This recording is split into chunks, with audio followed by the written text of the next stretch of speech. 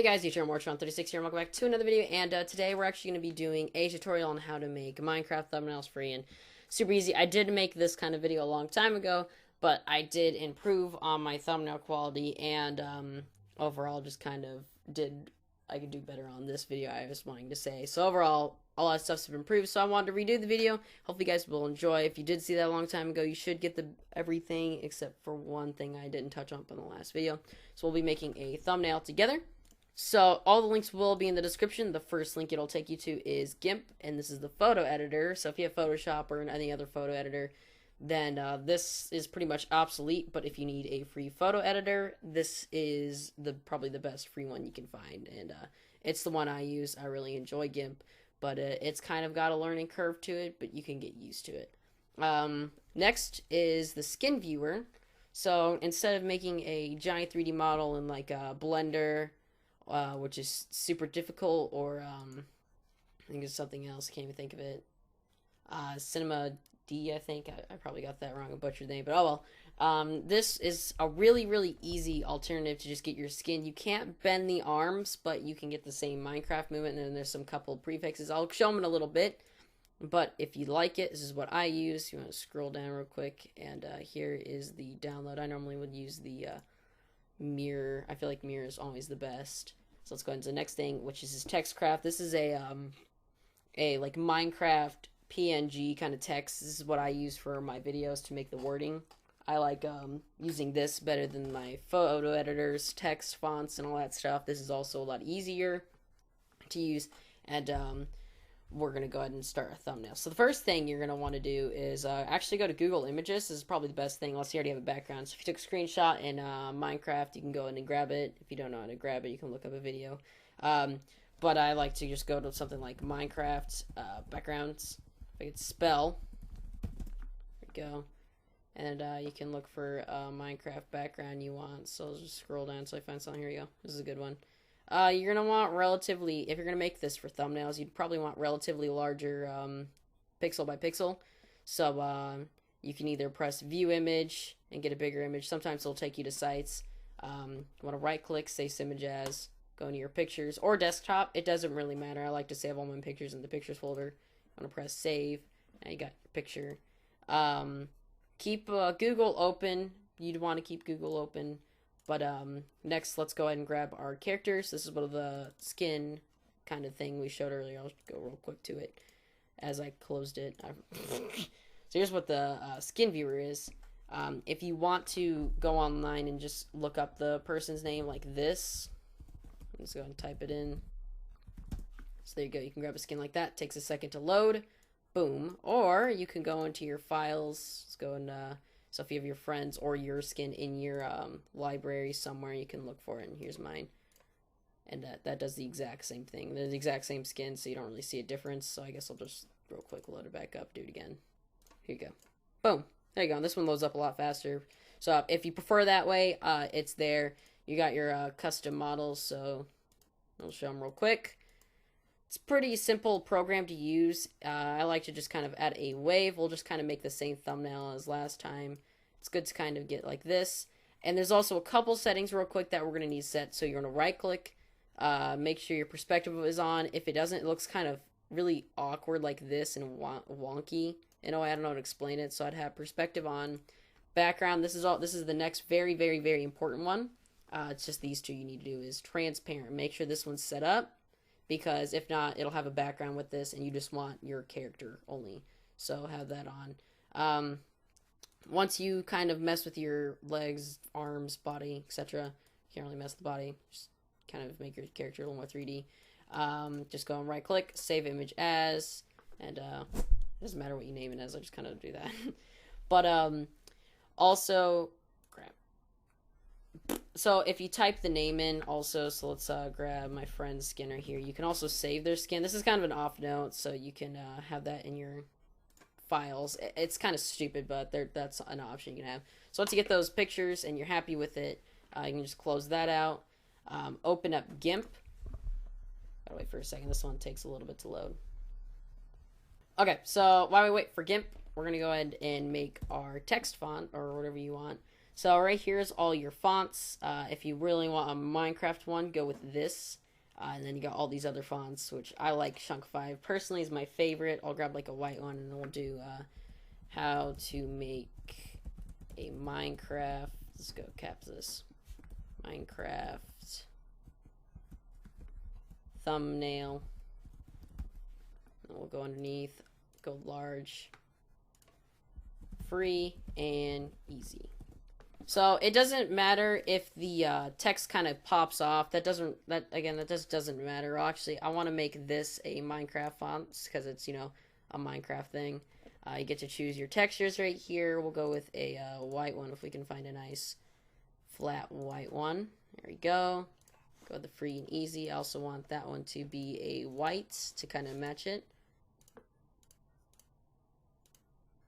Boom, boom. Okay. So here's our little extra options. There's a drop shadow, which I couldn't find what it does. 3D view, so this makes it kind of tilt. And if you uncheck it, it doesn't tilt, which I don't really like the tilt. Dog's kind of spazzing on the bed for some reason. And then you can also add a glow, which is really cool. I'm not going to put a glow on it this time. And there you go. So once you make your thumbnail, or your text, I should say, you can press download and wait for it a second. And then just save it to your pictures or wherever you want. Now we don't need this anymore. We can minimize it. Go on to our pictures or wherever you saved it. Put your background on first, or preferably put your background on first. There's some tools right here. If you really want to get really technical and learn like all the tools you do, you'd have to look up a tutorial on that. But the mains you're going to need to know is this one, which moves your stuff around. I shouldn't do that. This tilts it to left and right. I'll actually go ahead and throw on the character so you can see this a little easier. It probably won't make it less laggy. So you can make it tilt left, and then when you're done with it, you can rotate. If you didn't accident, kind of like you don't want to make him tilt that much, press edit, and it's this top one, which is an undo, and it undoes whatever you've done. Right here, this will make it larger, and then remember, if you'd like to save it, press scale or smaller. Skinnier, fatter, whatever. You can make your character really fat and kind of ugly. As you can see, it really stretches out the pixels, so I wouldn't do that much. This one is kind of advanced. It's like a 3D view, but you probably don't want to do that until way later, and plus it takes a 3D perspective off your character. And the last one you're really going to need to know is this one, which just swaps your direction. This is kind of useful and also makes your character look like he's dancing, which is really fun. But once you get your character, I'll go ahead and drag him to the edge of the screen. Let's make him a lot larger, more predominant. It's a good idea for kind of pictures like this to drag up and up diagonally. It'll make the pixels kind of stay around the same and not feel so stretched out.